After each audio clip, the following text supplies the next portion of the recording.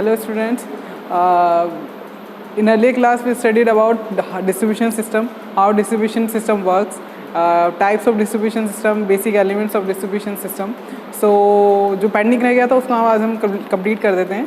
Last class में मैंने आपको रीडिल सिस्टम के बारे में रिंगमैन डिस्ट्रीब्यूशन सिस्टम के बारे में एक डायग्राम बताया था, जिसको मैंने पूरी तरीके से आपको डिस्कस किया था उसके बारे में कि किस तरह से उसमें डिस्ट्रीब्यूशन वर्क करता है, किस तरह से एक डिस्ट्रीब्यूशन सिस्टम जो है वो हमारे रेजिडेंशियल लोड्स तक या हमारे सिविलाइज एरिया तक जो है सप्लाई हमें प्रोवाइड करता है. ठीक है.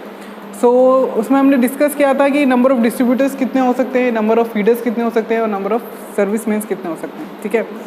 डिस्ट्रीब्यूटर्स की जो नंबर्स हैं वो अकॉर्डिंग टू देयर एरिया होता है कि कितना एरिया एक पूरा जो हमारे पास लोड सेंटर है, या एक बोल सकते हैं कि जो भी एक लोकलाइज्ड एरिया होता है तो उसमें जहाँ पे भी पब्लिक रहती है, ठीक है, सिविलियंस जहाँ पे रहते हैं उस एरियाज़ में जितने नंबर ऑफ़ एरिया होंगे उतने नंबर ऑफ़ डिस्ट्रीब्यूटर्स होते हैं. डिस्ट्रीब्यूटर्स के बाद जो फीडर्स होते हैं उनके नंबर हम डिसाइड कर सकते हैं कि कितने मतलब मान लीजिए अगर एक सब स्टेशन है तो उससे हमने 2 फीडर्स का डायग्राम देखा था, 2 फीडर्स कनेक्टेड हैं. फिर फर्दर वो फीडर्स जो है एक तरह से एक मीडिएटर का काम करते हैं, जिसमें कि वो कनेक्ट करते हैं सब स्टेशन को टूवर्ड्स द डिस्ट्रीब्यूटर. ठीक है. जितने नंबर ऑफ़ एरियाज होंगे उतने नंबर ऑफ़ टेपिंग्स के थ्रू हम क्या करते हैं, डिस्ट्रीब्यूटर्स निकाल सकते हैं.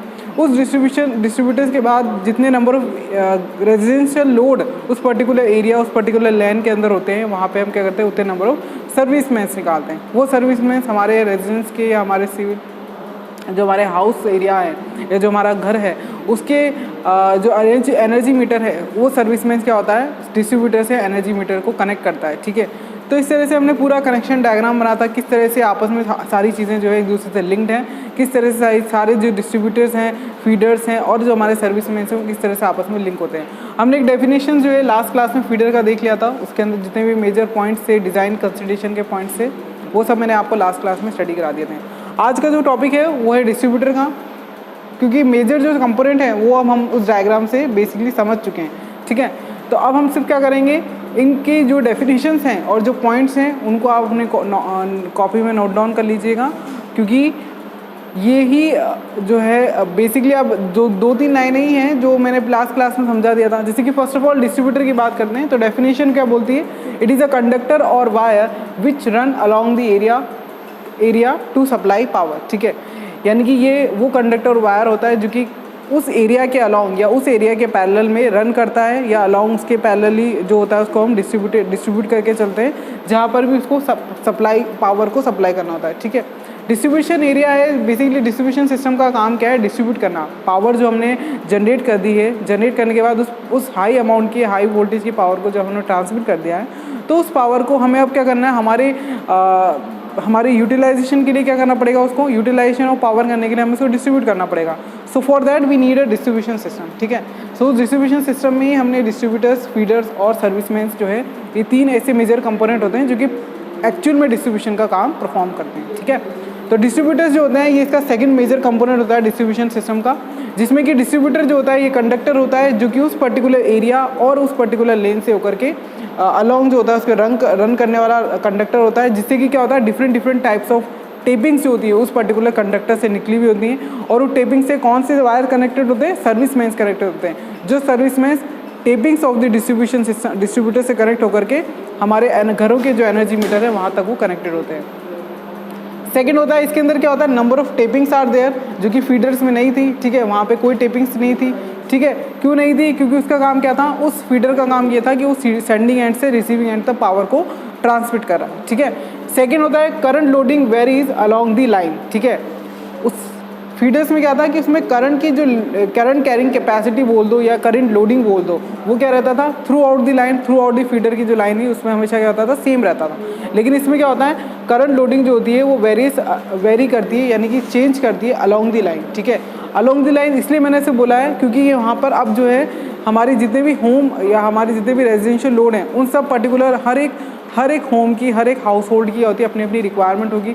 इसीलिए यहाँ पे करंट लोडिंग जो है वो अलग अलग होती है, नंबर ऑफ टेपिंग्स यहाँ पे लगी हुई होती है, जिससे कि जितने नंबर ऑफ करंट की रिक्वायरमेंट जिस घर को, उस पर्टिकुलर घर को मान लीजिए 15 एम्पियर की ज़रूरत है, किसी को 17 की ज़रूरत है, किसी को 100 एम्पियर की है, या कितना भी अमाउंट ऑफ एम्पियर में करंट हो सकता है, ठीक है।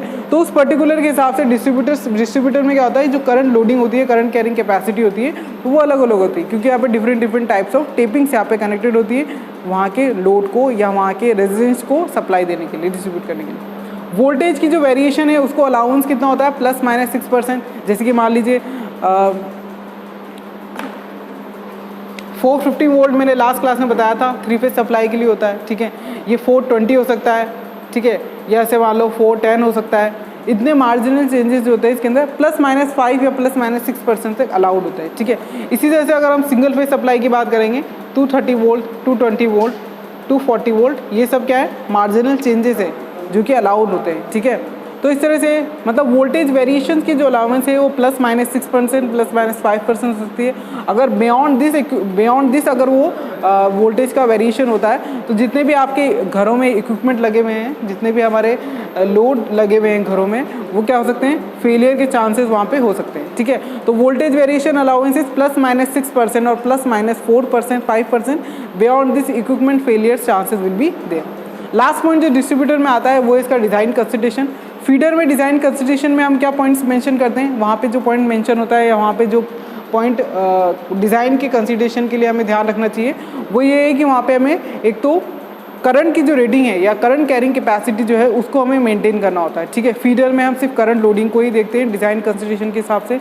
जब भी हमें साइज ऑफ कंडक्टर निकालना है डिस्ट्रीब्यूटर्स के लिए, फीडर के लिए, ठीक है, तो उसके अंदर जो मेजर पैरामीटर होता है कंसिडरेशन करने के लिए, डिज़ाइन के लिए कंसिडर करने के लिए, फीडर के केस में होता है करंट लोडिंग या करंट कैरिंग कैपेसिटी। और सेकंड जो हमारा डिस्ट्रीब्यूटर है उसकी जब हम डिज़ाइन करेंगे तो उसके लिए जो मेजर कंसिडरेशन होता है डिज़ाइन करने का वो ये होता है कि उसमें कंडक्टर की साइड जो होती है वो परमिसिबल वोल्टेज ड्रॉप उसमें होना चाहिए, ठीक है। जो कंडक्टर साइज जो है मतलब हम क्या करेंगे, choose a conductor size which have permissible voltage drop, ठीक है। एक परमिसिबल और एक स्टैंडर्ड वोल्टेज ड्रॉप को ये अलाउड कर सकता है, उस तरह का हमें कंडक्टर साइज जो होता है सेलेक्ट करना पड़ेगा जिसमें कि जो वोल्टेज ड्रॉप है वो एक परमिसिबल वैल्यू तक रहे, एक स्टैंडर्ड वैल्यू तक रहे, उस लिमिटेशन वैल्यू तक रहे।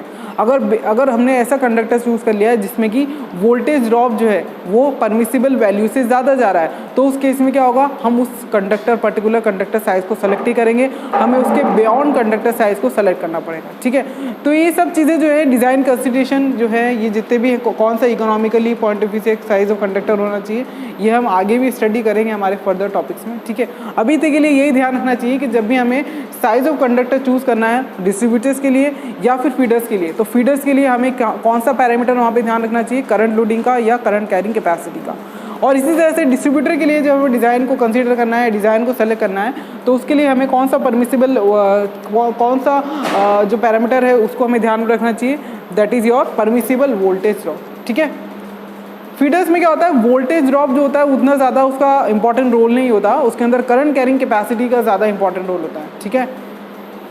लेकिन जब हम इसकी बात करेंगे जो, क्योंकि देखो एक कॉमन सेंस की बात होती है कि डिस्ट्रीब्यूटर का काम क्या है, डिस्ट्रीब्यूट करना पावर को कहाँ पे, हमारे रेजिडेंशियल लोड के लिए, ठीक है। वहाँ पे वोल्टेज का वेरिएशन आपने पहले से फिक्स कर दिया है ±6 या ±5% होना चाहिए, ठीक है। तो वोल्टेज ड्रॉप पहली बात तो ये है कि वो कभी भी ज़्यादा ह्यूज नहीं होना चाहिए क्योंकि वहाँ पे अलाउंस ही कितना है, मार्जिनल चेंजेस कितने अलाउड है, ±6% ±5%। जो हमारी इंडियन इलेक्ट्रिसिटी बोर्ड है उसने जो हमें सिंगल फेज सप्लाई के लिए ऑथराइज कर रखा है वो आता है 240 होती है, 230 वोल्ट की सप्लाई होती है, 3 फेज के लिए 415 वोल्ट होता है। मार्जिनल चेंजेस कितने होते हैं, ±6 या ±5%। तो वोल्टेज ड्रॉप जो है वो तो एक परमिसिबल वैल्यू तक सेट होना ही चाहिए सबसे पहली बात तो।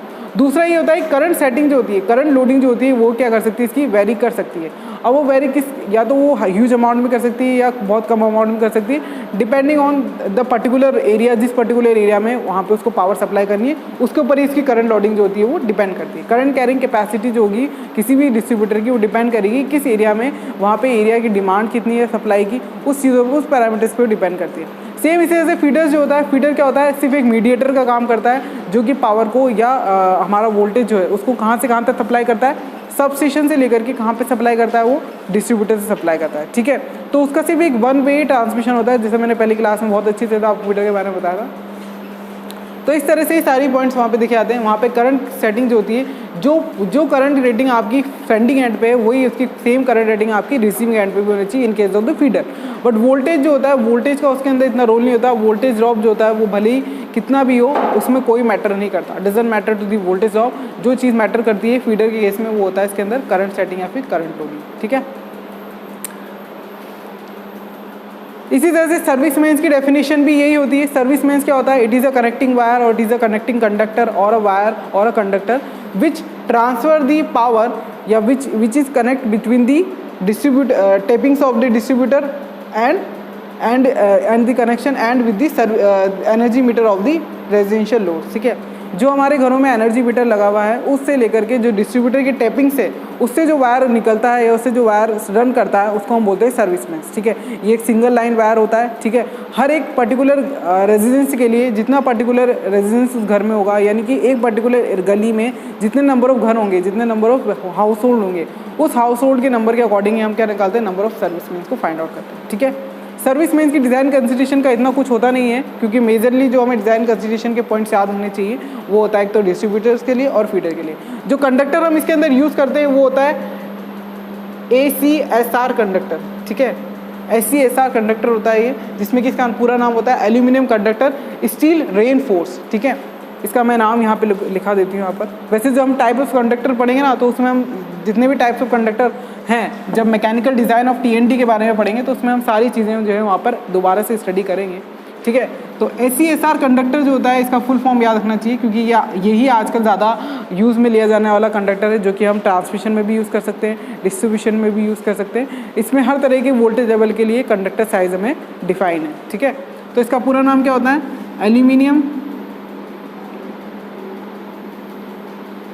एल्यूमिनियम कंडक्टर स्टील रेनफोर्स,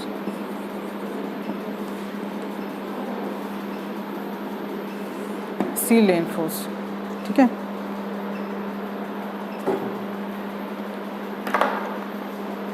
इधर साइड में मैंने आपका सिलेबस यहाँ पे जो फर्स्ट यूनिट का सिलेबस है वो मैंने आपको एक बार यहाँ पे मैं आपको डिक्टेट करा देती हूँ कि कौन कौन से पोर्शंस हैं जो हम अपने लास्ट सेमेस्टर में हम स्टडी भी कर चुके हैं, और जो चीज़ें रिमेनिंग रह रही हैं उनको भी मैं आपको एक बार बता देती हूँ। सबसे पहले तो सिलेबस में जो हमारा फर्स्ट टॉपिक है वो होता है evolution of power system and present day scenario, ठीक है। सेकंड होता है structure of the power system, bulk power grids and the micro grids. Structure of power system में मैंने आपको जब फर्स्ट फ्लो चार्ट बताया था, जिसमें कि मैंने जनरेटिंग स्टेशन लेक्चर नंबर 1 देख लेना, उसमें पूरा पोर्शन समझ में आ जाएगा, ठीक है।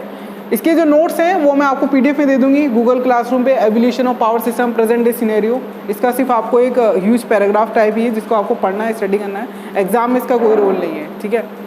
सेकंड होता है स्ट्रक्चर ऑफ पावर सिस्टम, मैंने कि जिसमें आपको फ्लो चार्ट बनाया था। जनरेटिंग स्टेशन होते हैं, जनरेटिंग प्लांट्स हो गया, ट्रांसमिशन है, डिस्ट्रीब्यूशन है, यूटिलाइजेशन ऑफ पावर है, स्विच गियर एंड प्रोडक्शन है, वो सब इसके कंपोनेंट्स आते हैं, वो सारा इसमें आता है, स्ट्रक्चर ऑफ पावर सिस्टम में आता है। Grids and micro grids, bulk power grids and the micro grids, ये जो है इस टॉपिक को हम एंड ऑफ दी जिस टॉपिक का एंड होने वाला उसमें करा दूंगी मैं इस टॉपिक को, grids and the micro grids. Second आता है जनरेशन, क्योंकि मैंने बताया था पावर सिस्टम जो होता है ये किन किन पोर्शन से मिलकर बना होता है, कौन से कंपोनेंट्स के अंदर आते हैं।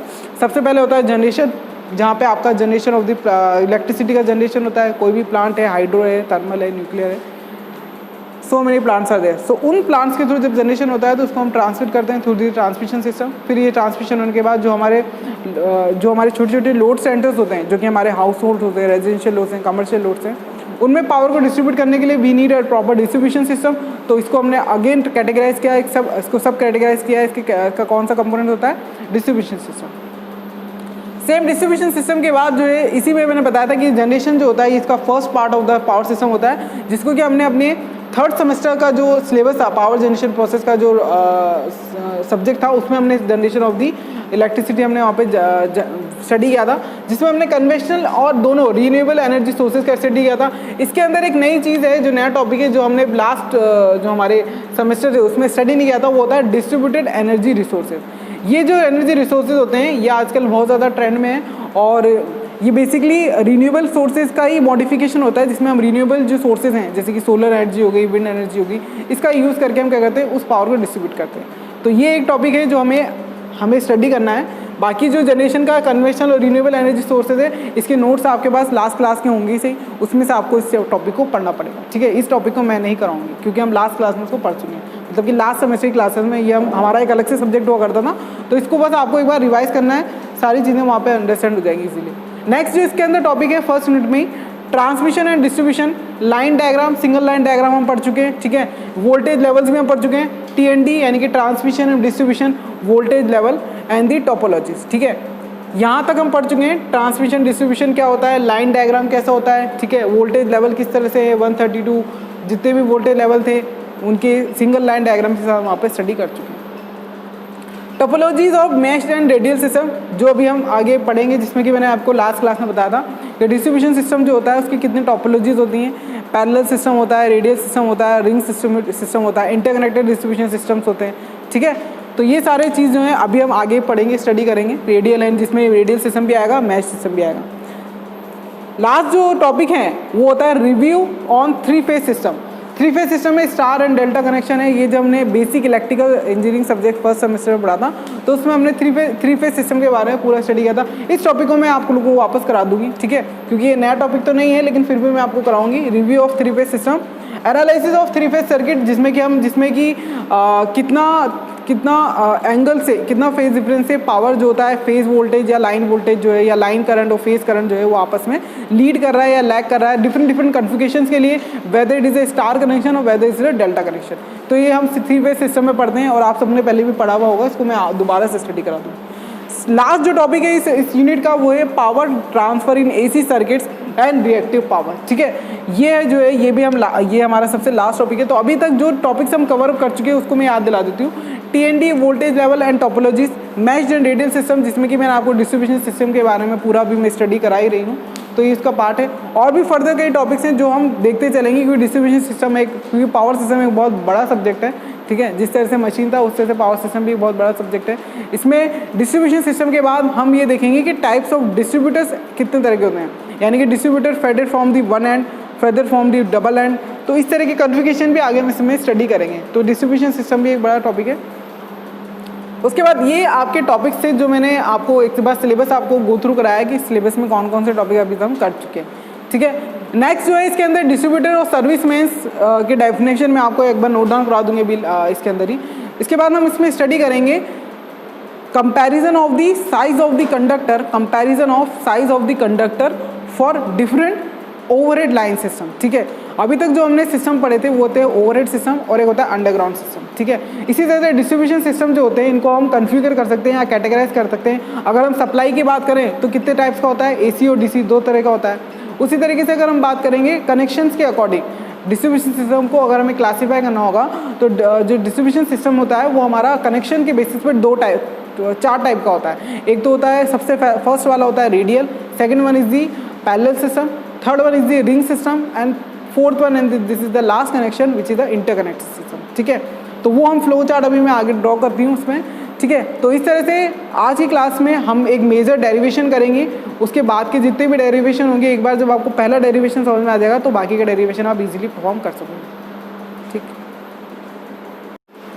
तो इस तरह से these are the types of the distribution system. इसको हमने on the basis of current, on the basis of construction, on the basis of the number of wires and on the basis of the scheme of the connections, इन सब के basis पे हमने इस distribution system को categorise किया है। सबसे पहले अकॉर्डिंग टू करंट की बात करेंगे तो 2 कैटेगराइज में हमने दो पार्ट्स में इसको कैटेगराइज किया है। एक होता है ऑल्टरनेटिंग करंट और दूसरा होता है DC, ठीक है। AC सिस्टम में या DC सिस्टम में ये शुरू से हम पढ़ते आ रहे हैं। अकॉर्डिंग टू कंस्ट्रक्शन देखोगे तो ओवरहेड, जिस तरह से ट्रांसमिशन सिस्टम होता है ओवरहेड अंडरग्राउंड, सेम उसी पैटर्न पे डिस्ट्रीब्यूशन सिस्टम को भी हम कैटेगराइज करते हैं overhead and underground distribution system में। सेम नंबर ऑफ वायर्स के अकॉर्डिंग देखेंगे तो 2 वायर, 3 वायर, 4 वायर सिस्टम के अकॉर्डिंग इसको हम कैटेगराइज करते हैं। और फाइनल जो हमें पढ़ना है वो है हमारा according to scheme of the connection, जो हमारे सिलेबस में है रेडियल, पैरेलल, रिंग और इंटरकनेक्टेड सिस्टम। जितने भी ट्रांसमिशन और डिस्ट्रीब्यूशन सिस्टम है उन सबको पहली बात तो हम क्या करते थे, इंटरकनेक्टेड वे में उनको कनेक्ट नहीं किया जा सकता था। मतलब बेसिकली जो हमारे पास ग्रिड सिस्टम की हम बात करते हैं,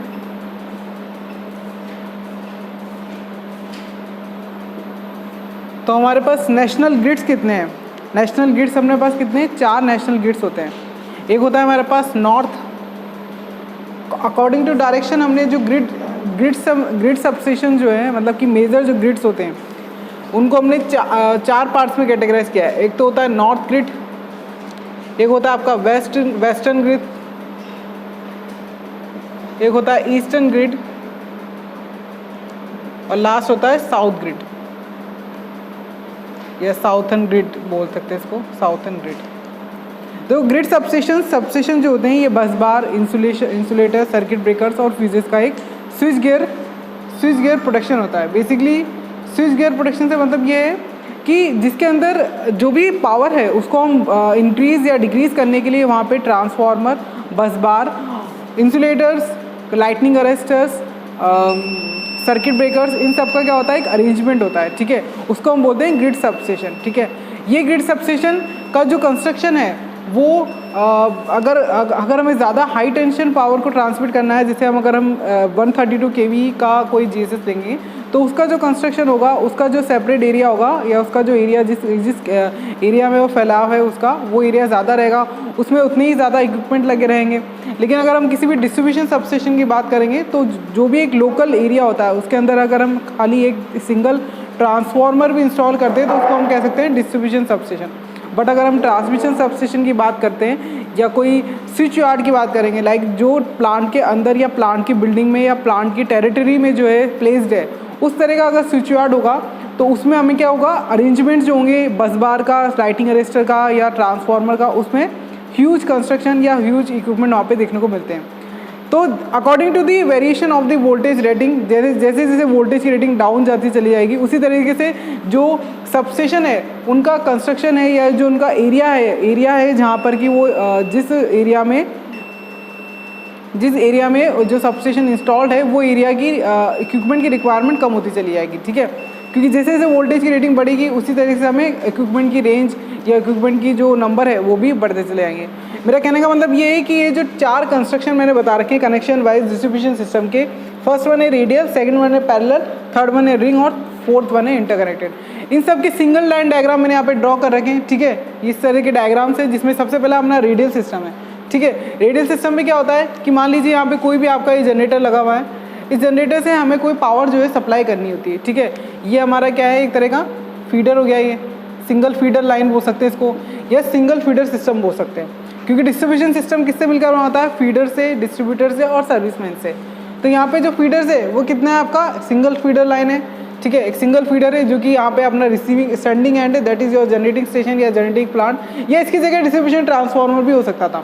बट मैं एक सिंपल एग्जांपल लेके चल रही हूँ कि मान लीजिए यहाँ पे कोई डिस्ट्रीब्यूशन जनरेटिंग स्टेशन ही है, जनरेटिंग प्लांट का एक कोई भी ऑल्टरनेटर है, ठीक है, उसको मैंने यहाँ पे सिम्बलाइज किया है। उसी तरीके से फिर मैंने यहाँ पर दो तरह की बस बार, ये जो कंस्ट्रक्शन है ना, ये सिंगल, ये जो लाइन्स हैं, ठीक है, ये जो हमें वर्टिकल लाइन्स होते हैं, इनको हम डिनोट करते हैं बस बार से, ठीक है, इसको बोलते हैं बस बार, ठीक है। यहाँ पे एक फीडर है, सिंगल फीडर है, और ये एरो जो है ये मेरे किसको बता रहा है, डिस्ट्रीब्यूटर्स को बताते हैं, ठीक है। तो इस तरह के अरेंजमेंट में सिंपली क्या होता है, कोई भी पावर आपने जनरेट करी है उसको हम डिस्ट्रीब्यूट कर रहे हैं, उसके लिए हमने कौन सा अरेंजमेंट लगाया, सिंगल फीडर लाइन लगाया, इसी को इसके लिए बोला है रेडियल। क्योंकि रेडियल क्या है, सिर्फ ये एक डायरेक्शन में ही आपका क्या कर रहा है, ट्रैवल कर रहा है, इसकी डायरेक्शन क्या है, इस डायरेक्शन में है, ठीक है, यानी कि वन वे डायरेक्शन है, टू वे डायरेक्शन नहीं है इसकी, इसलिए इसको बोला है यहाँ पर रेडियल सिस्टम, या फिर इसको हम बोल सकते हैं सिंगल लाइन फीडर सिस्टम या सिंगल फीडर सिस्टम भी बोल सकते हैं। अब जितने भी जितने ये सबसे ज़्यादा ऑब्सोल्यूट बोल सकते हैं या सबसे सिंपल सिस्टम डिस्ट्रीब्यूशन सिस्टम होता है, इसको हम बहुत पहले यूज़ करते थे, ठीक है। क्यों, जैसे जैसे हम क्या करेंगे, पैरेलल, जैसे अगर हम आगे की तरफ देखेंगे, पैरेलल डिस्ट्रीब्यूशन सिस्टम क्या होता है, ये एक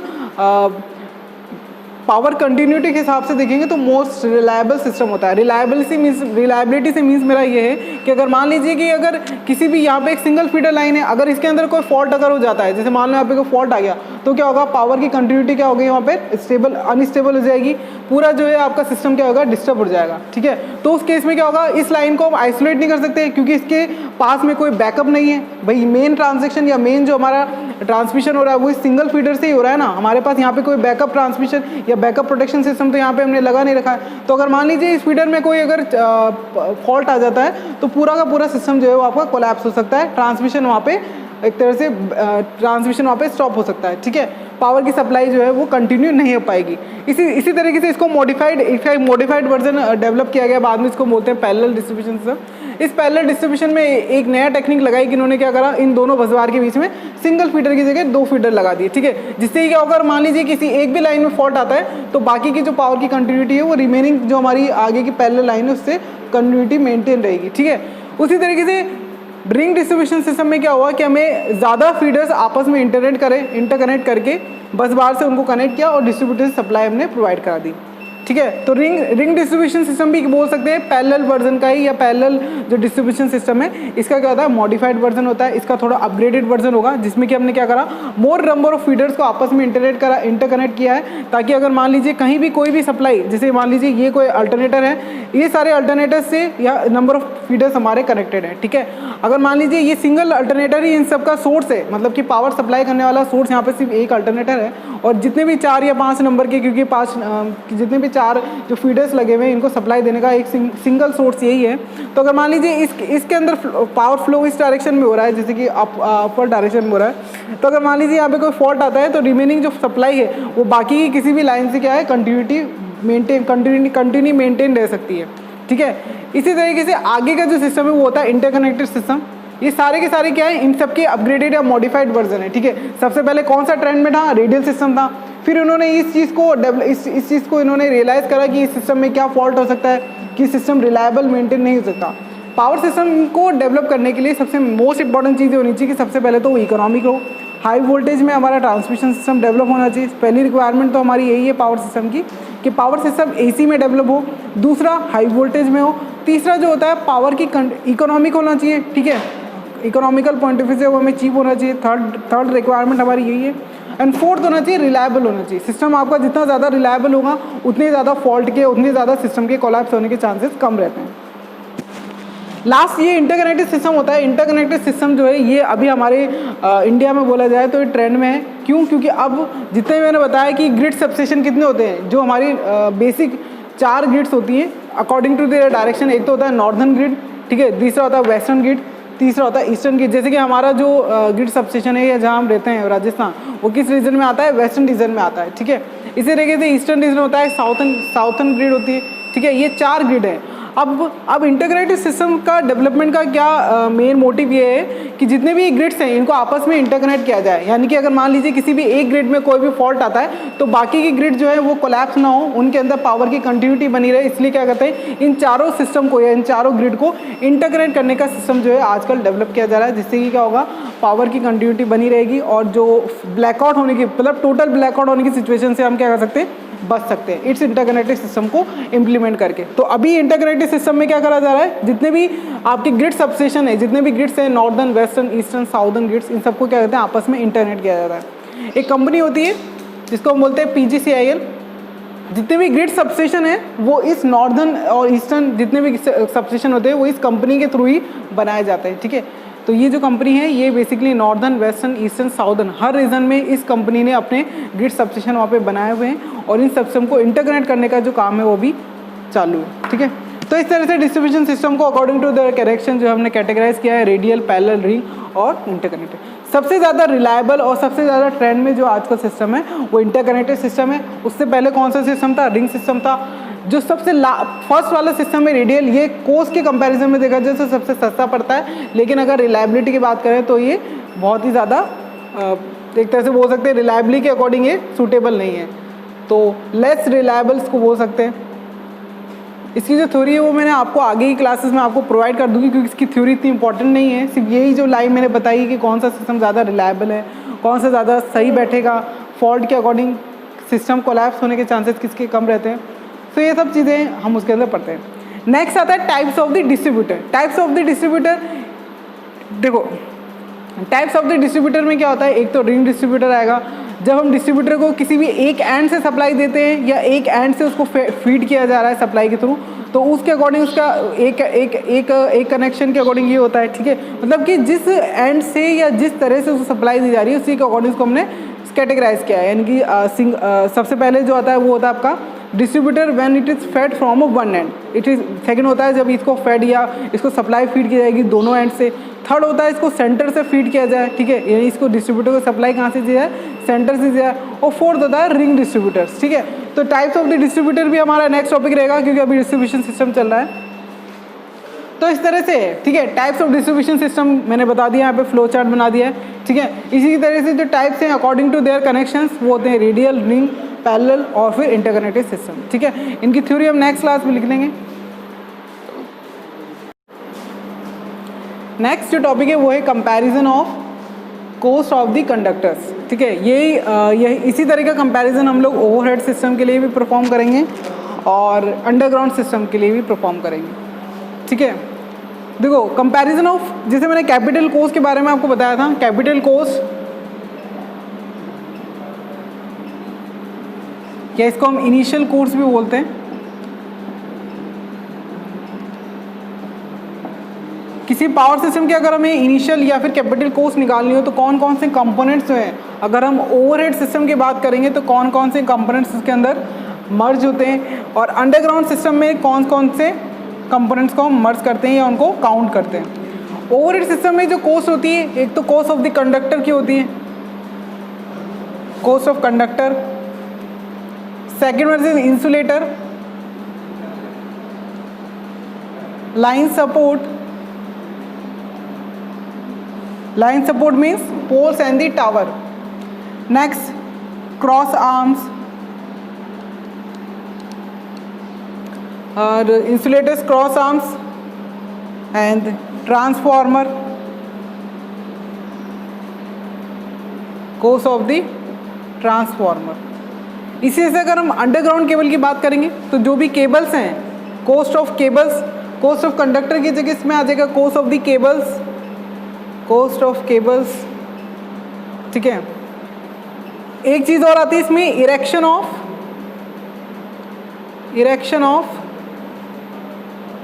इरेक्शन ऑफ लाइन या इरेक्शन ऑफ कंडक्टर, और इसके अंदर आता है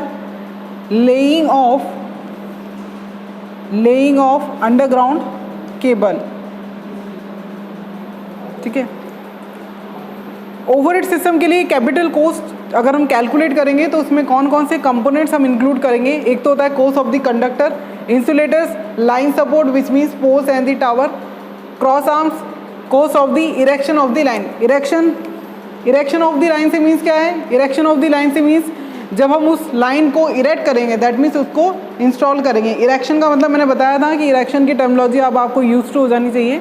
इरेक्शन का मतलब ये होता है इंस्टॉल करना, ठीक है। इरेक्ट करना, जैसे हम लाइन को अगर इरेक्ट करेंगे तो सबसे पहले हमें क्या करना पड़ेगा, पोल्स को इरेक्ट करना पड़ेगा, यानी कि पोल्स को इंस्टॉल करना पड़ेगा। उसके बाद प्रॉपर क्रॉस आर्म्स का जो अरेंजमेंट है वो वहाँ पे इंस्टॉल करना पड़ेगा, उसको हमें इरेक्ट करना पड़ेगा। देन उसके बाद इंसुलेटर से होकर के इन लाइंस को हमें उसके ऊपर वाउंड करना रहेगा, ठीक है। इस तरह के जो लाइन स्ट्रक्चर होंगे, weather it is a triangular structure में, यानी कि ट्रायंगुलर कॉन्फ़िगरेशन में करना है, स्टार कनेक्शन में होना चाहिए, ठीक है। तो उस तरह के अरेंजमेंट्स हम आगे फर्दर स्टडी करेंगे, बट अभी हमें याद होना चाहिए कि मेरा मतलब क्रॉस आर्म से क्या है, इंसुलेटर से मेरा मतलब क्या है, इरेक्शन में अगर टर्मिनोलॉजी यूज़ कर रही हूँ तो उसका मतलब क्या होता है। इसी तरह से अंडरग्राउंड सिस्टम में क्या होता है, अंडरग्राउंड सिस्टम में जैसे कि वो अंडर द ग्राउंड हमें इस सिस्टम को इंस्टॉल करना है, तो उसके लिए हमें क्या करना पड़ेगा, वहाँ पे जो कौन से कोस्ट हमें प्रेफर करनी पड़ेगी, कोस्ट ऑफ द केबल को हम उसके अंदर इंक्लूड करेंगे। Laying of the underground cable, यानी कि जब उस अंडरग्राउंड केबल को हम ग्राउंड के अंदर बिछाएंगे या उसको वहाँ पर इरेक्शन वाली टर्म यहाँ पे यूज़ ना करके हम लेइंग ऑफ द केबल का यूज़ करते हैं, ठीक है। तो इस तरह से कैपिटल कोस्ट हमने जब हम निकालेंगे, कैलकुलेट करते हैं, तो उसमें हम इन कंपोनेंट्स को ध्यान रखते हैं। अब हम कंपेयर करेंगे कोस्ट ऑफ द कंडक्टर को। जैसे कि मैंने बताया था कि एसी सिस्टम में जब भी हम हाई वोल्टेज को प्रीफर करते हैं तो उसमें हमारी size of the conductor, that means volume of the conductor जो है वो क्या हो जाता है, आपका रिड्यूस हो जाता है।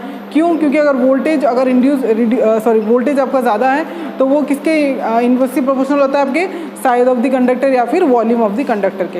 इसी तरीके से वोल्टेज जो होगा, अगर वो आपका हाई अमाउंट का है या ह्यूज अमाउंट का है तो लाइन लॉसेज आपके डिक्रीज होंगे, ठीक है।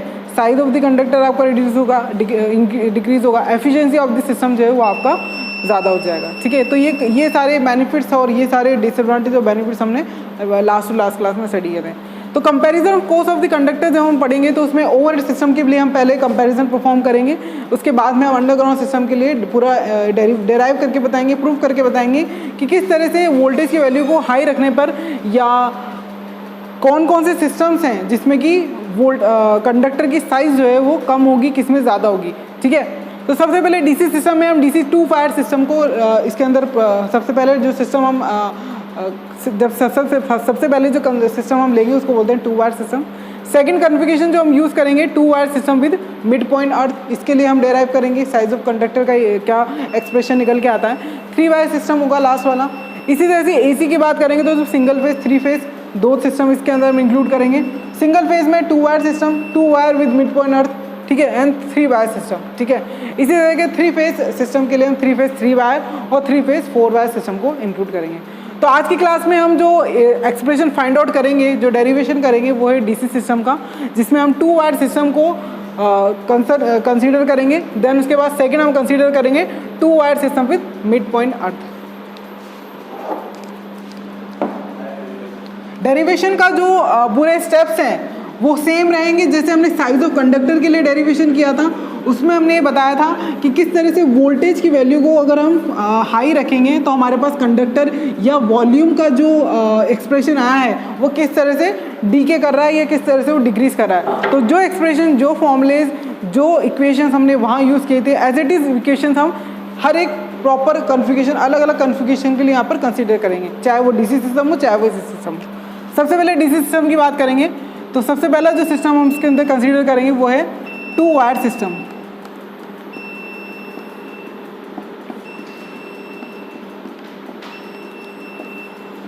सबसे पहले इसका डायग्राम देख लो एक बार, सर्किट डायग्राम किस तरह से है इसका।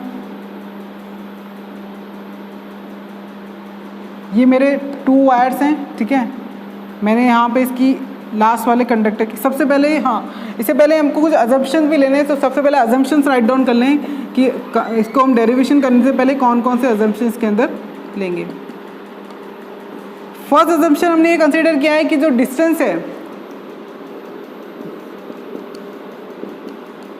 Distance of transmission is L। Line की जो डिस्टेंस है या ट्रांसमिशन लाइन की जो डिस्टेंस है वो हमने यहाँ पे क्या मानी है, L मानी है। L यहाँ पर लेंथ है, ठीक है, और ये हमने सेम मानी है, ठीक है, इसको हमने डिफर नहीं किया है। सेकेंड अजम्पशन ये है कि वोल्टेज फ्रॉम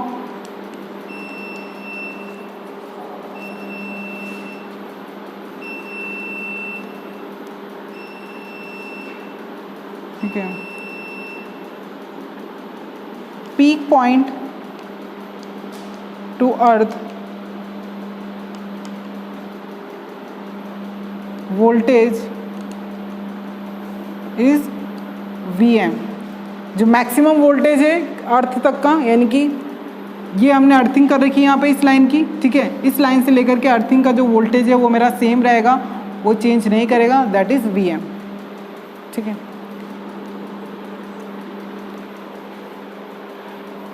नेक्स्ट पावर जो होगी वो भी सेम रहेगी। Power transmitted is also same, that is P।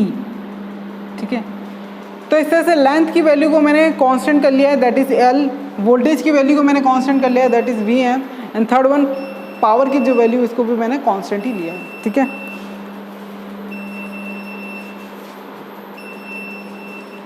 ये कुछ अजम्पशंस मैंने कंसीडर किए हैं एक्सप्रेशन को डिराइव करने से पहले।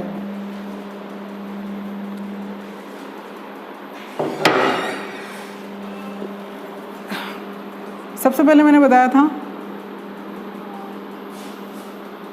टू वायर सिस्टम है, I1 या I1 करंट है, इसकी इनलेट यहाँ से plus minus Vm L length के लिए, ठीक है, और ये मेरा कोई जनरेटर है, ठीक है, यहाँ मैंने अर्थिंग कर रखी है। ठीक, पावर टू बी पावर का एक्सप्रेशन क्या होता है, P equals to VM V multiplied by I होता है। इसमें I की वैल्यू क्या है, I1 है, V क्या है मेरा VM है, और P जो है पावर मैंने कांस्टेंट एज्यूम की है यहाँ पर। यहाँ से मैं I1 की वैल्यू फाइंड आउट करूँगी तो कितना आ जाएगा, P अपॉन VM। इसको मैं नाम देती हूँ इक्वेशन नंबर 1। इसके बाद जो रेजिस्टेंस है, R का फॉर्मूला, ये R1 है मेरा रेजिस्टेंस जो मैंने कंसीडर किया है इस 2 वायर सिस्टम के लिए, वो है मेरा R1, जिसकी वैल्यू क्या होती है, रो L बाय A। यहाँ पे मैंने A जो है इसको मैंने स्मॉल a1 से डिनोट किया है क्योंकि मैं ये फर्स्ट सिस्टम के लिए डेरिवेशन कर रही हूँ। इसी तरीके से A2 A3 या आगे के जब हम सिस्टम के लिए एक्सप्रेशन को डिराइव करेंगे तो वहाँ पे ये एरिया की वैल्यू A2 A3 हो जाएगी। सेम इसी तरह से रेजिस्टेंस है, पहला सिस्टम मैंने कॉन्फ़िगर किया है यहाँ पर, तो मैंने इसको सिस्टम को नाम दिया है R1 से। मेरा पावर जो है वो रो और L ये मेरे दोनों क्या है, कांस्टेंट है, इनकी वैल्यू चेंज नहीं करी है। सेम जिस तरह से पावर की वैल्यू चेंज नहीं करेगी, जो मैंने एजम्पशंस एज्यूम किए थे, मतलब बिगनिंग में ही जो मैंने एजम्पशंस माने थे वो ये था कि पावर मेरा सेम है, लेंथ ऑफ द लाइन जो है, ट्रांसमिशन की जो डिस्टेंस है वो मेरी सेम है, पावर की जो वैल्यू है वो भी मेरी सेम ही होती है। ठीक है, तो मेरे पास इक्वेशन नंबर 1 आ गई, इसको मैंने इक्वेशन नंबर 2 डिनोट कर दिया है। ठीक है, नेक्स्ट एक्सप्रेशन जो फाइंड आउट करेंगे वो होगा हमारा लाइन लॉसेस का। लाइन लॉसेस में मैंने बताया था कि टाइप्स ऑफ द लॉसेस जो हमें देखने को मिलेंगे वो होता है इसके अंदर कॉपर लॉसेस। ठीक है, कॉपर लॉसेस क्यों होते हैं, क्योंकि हमारे पास जो कंडक्टर है वो किस नेचर का है, कॉपर का मटेरियल का बना हुआ है, तो इस कॉपर के अंदर जो लॉसेस होंगे वो होंगे I2R लॉसेस, क्योंकि इसके अंदर से क्या होगा, करंट फ्लो करेगा। तो जब भी करंट फ्लो करेगा तो मैंने बताया था कि जो भी हमारी ट्रांसमिशन लाइन्स हैं उनके खुद के कोई ना कोई लाइन पैरामीटर्स हैं, वो होते हैं हमारे पास रेजिस्टेंस, इंडक्टेंस और कैपेसिटेंस। तो रेजिस्टेंस जो होगा इसके अंदर जब भी करंट फ्लो करता है तो ये एक हीट लॉस जो होता है इसको डेवलप करता है, जिसको हम इंडिकेट करते हैं I2R लॉसेस से। इसी को हम कॉपर लॉस भी बोलते हैं। जैसे हमने अपने प्रीवियस मशीन की क्लासेस में टाइप्स ऑफ द लॉसेस को स्टडी किया था, उसके अंदर मैंने बताया था कि कॉपर लॉसेस को हम I2R लॉसेस या फिर हीट लॉस भी बोलते हैं। ठीक है, तो लाइन लॉसेस का मैं इसमें नेक्स्ट क्वेश्चन मेरा लाइन लॉस का होगा। Line loss of 2 wire system indicate किया है मैंने इसको W से, that is I1² R1। I1 है इसकी करंट की वैल्यू और R1 जो है इस रेजिस्टेंस की वैल्यू है। अब ये सिस्टम कितने वायर का मिलकर बना हुआ है, 2 वायर का मिलकर बना हुआ है, यानी कि हर वायर में एक क्या होगा, इसका कॉपर लॉस होगा। तो 2 वायर सिस्टम है तो मैंने यहाँ पे इसको इंडिकेट किया है 2I1² R1 से। ठीक है, क्योंकि 2 लाइन है इसलिए मैंने एक्सप्रेशन लिखा है 2I1² R1। तो जो वैल्यूज़ मैंने इक्वेशन नंबर 1 और 2 से डेराइव करी थी उसको मैंने इक्वेशन नंबर 3 में पुट कर दूंगी या सब्स्टिट्यूट कर दूंगी। तो मेरे पास क्या एक्सप्रेशन निकल के आएगा, W equals to 2 multiplied by I1 की वैल्यू क्या है, P अपॉन VM का होल स्क्वायर, क्योंकि I1 स्क्वायर है। ठीक है, नेक्स्ट मल्टीप्लाइड बाय R1 की वैल्यू क्या है मेरे पास, रो L बाय A1। ठीक है, ये मेरा एक्सप्रेशन निकल के आया है, फाइनल एक्सप्रेशन। और मेरे को कंक्लूड क्या करना है, मुझे क्या कंक्लूड करना है, साइज ऑफ द कंडक्टर का जो डेरिवेशन है उसको कंक्लूड करना है। तो उसके लिए मेरे पास जो इसेंशियल पैरामीटर्स होने चाहिए वो क्या होना चाहिए, वॉल्यूम है। ठीक है, area of the conductor, area of the cross section मेरे पास होना चाहिए। तो मैं इस एक्सप्रेशन से क्या डेराइव करूँगी, area of the cross section. तो area of the cross section को हम कैसे डेराइव करेंगे, जैसे W इक्वल्स टू हो जाएगा यहाँ पर 2P² rho L upon VM का whole square multiplied by A1। ठीक है, यहाँ से मैं A1 की वैल्यू को डेराइव करूँगी। ठीक है, यहाँ मैं लिखती हूँ इसको। तो इस एक्सप्रेशन से मेरे पास A1 की वैल्यू क्या आ जाएगी, A1 equals to 2P² rho L by W VM का होल स्क्वायर। इसको मैंने इक्वेशन नंबर 4 नाम दे दिया। ठीक है, इक्वेशन नंबर 4। अब मेरे पास वॉल्यूम, क्योंकि मेरा साइज ऑफ द कंडक्टर में मैं किसको कंसीडर करूँगी, वॉल्यूम ऑफ द कंडक्टर को, क्योंकि उसी वॉल्यूम ऑफ द कंडक्टर में आपकी एरिया और लेंथ दोनों क्या हो जाएंगे, मर्ज हो जाएंगे। तो वॉल्यूम का फॉर्मूला क्या होता है, volume equals to area multiplied by length of the conductor, length of the conductor. ठीक है, तो यहाँ से मेरे पास एक्सप्रेशन क्या निकल के आएगा, फाइनल एक्सप्रेशन जो मेरा निकलना है वो है V इक्वल्स टू ए की वैल्यू मैंने इक्वेशन नंबर 4 से मैं इसमें पुट करूँगी तो क्या आ जाएगी 2p² rho L upon W VM का whole square multiply by length, ठीक है। L से L मल्टीप्लाई हो जाएगा तो क्या आ जाएगा V equals to 2p² rho L का whole square W multiply by VM का स्क्वायर, ठीक है। हाँ और एक चीज़ और होगी इसमें, वॉल्यूम ऑफ द कंडक्टर की मैंने बात करी है तो यहाँ पे V इक्वल्स टू क्या होता है 2A1 मल्टीप्लाई बाय L, ठीक है। यहाँ पे मैंने 2 क्यों लिखा है क्योंकि हम 2 वायर कंडक्टर की बात करें, जो हमारा सिस्टम है उसमें कितने वायर कंसिस्ट करता है, वो 2 वायर कंसिस्ट करता है, तो वॉल्यूम ऑफ द कंडक्टर भी उन दोनों ही वायर का निकलेगा, तो इसीलिए मैंने यहाँ पे 2 से इसको मल्टीप्लाई करा है। तो यहाँ पे वापस हम 2 को मल्टीप्लाई कर देंगे, ठीक है। तो हमारे पास जो एक्सप्रेशन निकलेगा वो क्या हो जाएगा 4p² rho multiply by L square upon W upon VM square, यही मेरा फाइनल एक्सप्रेशन था। इस एक्सप्रेशन को मैं कंपेयर करूंगी आगे के जो मेरे 3 वायर सिस्टम है, 2 wire with mid point earth in system के साथ, और बाकी AC सिस्टम में भी सेम डेरिवेशन होगा। AC सिस्टम में क्या कन्फिगरेशन में क्या डिफरेंस होगा कि वहाँ पर पावर फैक्टर का जो फिनोमिना है वो भी उसके अंदर कंसीडर करेंगे, तो जो cos phi स्क्वायर है वो यहाँ पर अपने इधर VM स्क्वायर की जगह VM के साथ क्या मल्टीप्लाइड होगा cos स्क्वायर phi होगा। जब हम इसका आगे फर्दर और डेरिवेशन करेंगे तो हम इसको भी स्टडी करेंगे, ठीक है। तो जो अभी मेरे पास फाइनल एक्सप्रेशन निकल के आया है वो क्या है मेरे पास,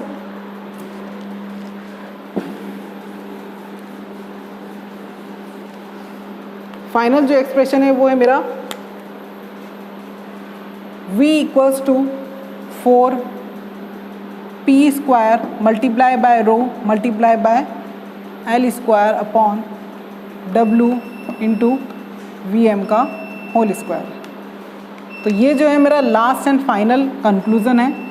मेरा डेरिवेशन यहाँ पे जो है ये इसका इस DC 2 वायर सिस्टम का यहाँ पर फिनिश होता है, जिसमें मैं इस पूरे एक्सप्रेशन को एक कॉमन फैक्टर से डिनोट करूँगी जिसको मैं बोलती हूँ K, ठीक है। यहाँ पे मैंने इसको रेफरेंस लिया है, यानी कि ये जो मेरा एक्सप्रेशन है ये क्या है मेरा रेफरेंस एक्सप्रेशन होगा, जिसको कि मैंने फैक्टर K से डिनोट किया है, यानी इस पूरे एक्सप्रेशन को मैंने रेफरेंस वैल्यू K से डिनोट किया है। आगे के जो कंपैरिजन में करूँगी उसमें मैंने इस रेफरेंस वैल्यू से मैं उनका कंपैरिजन करूँगी।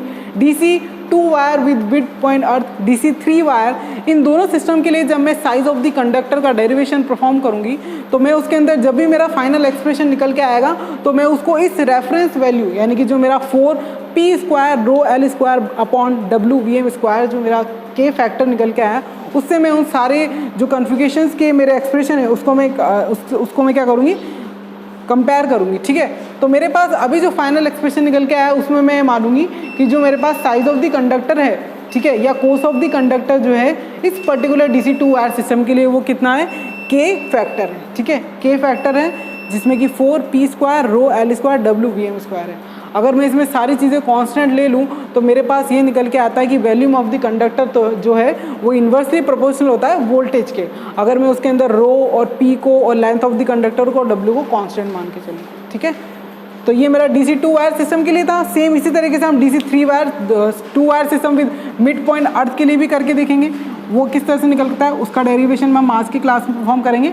बाकी के जो आगे और जो कन्फिगरेशन है उनको हम नेक्स्ट क्लास में स्टडी करेंगे, ठीक है।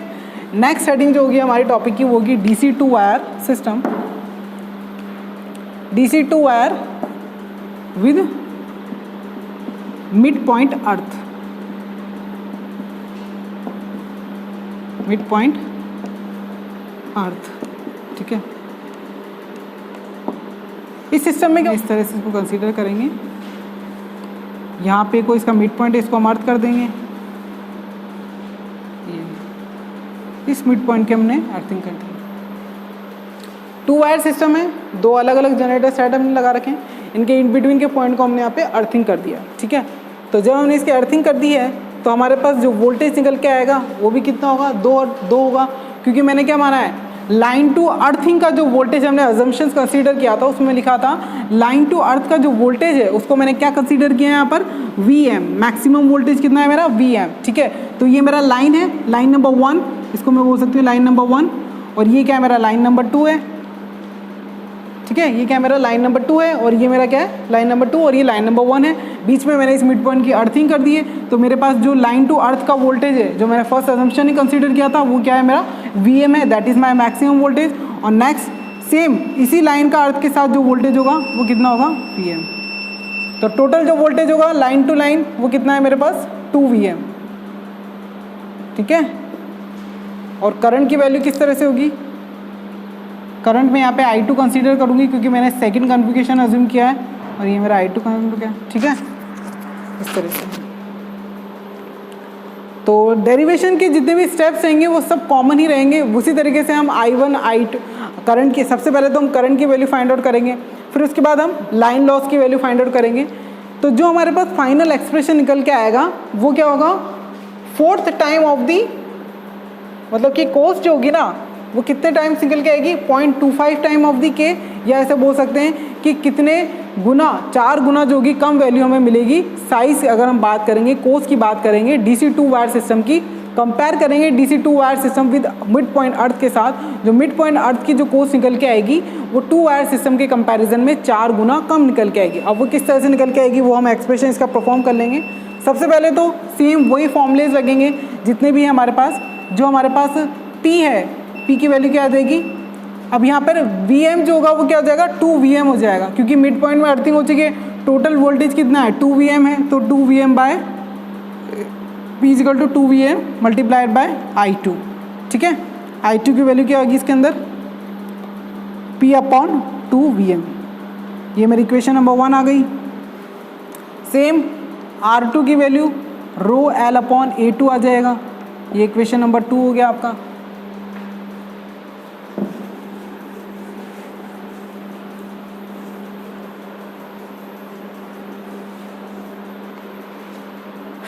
उसके बाद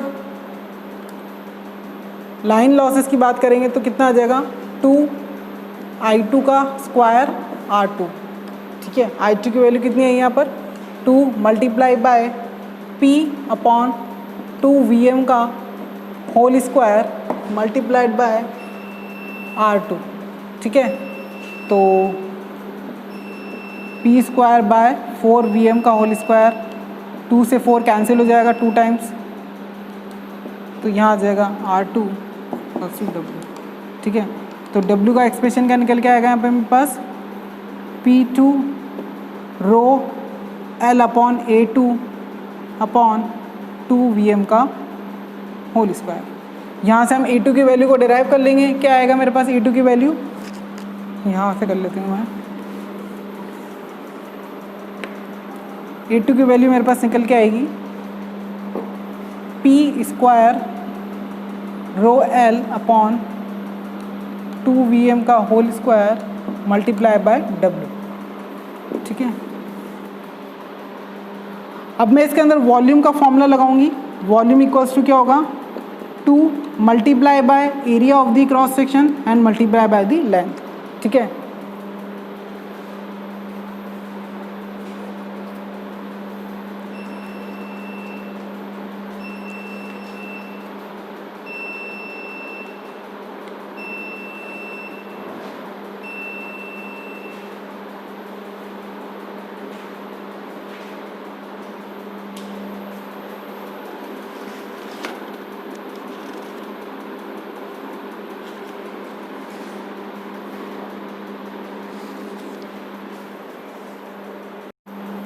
तो हमारे पास जो एक्सप्रेशन निकल के आएगा यहाँ से वॉल्यूम का वो कितना होगा P square rho L upon VM का whole square multiply by W,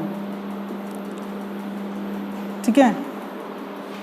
तो जो मेरे पास K फैक्टर जो हमने रेफरेंस फैक्टर लिया था DC2 वायर सिस्टम के लिए, उसकी वैल्यू क्या थी मेरे पास 4 P square rho L upon VM का whole square multiply by W, that is the volume of the conductor when we consider 2 wire system, ठीक है।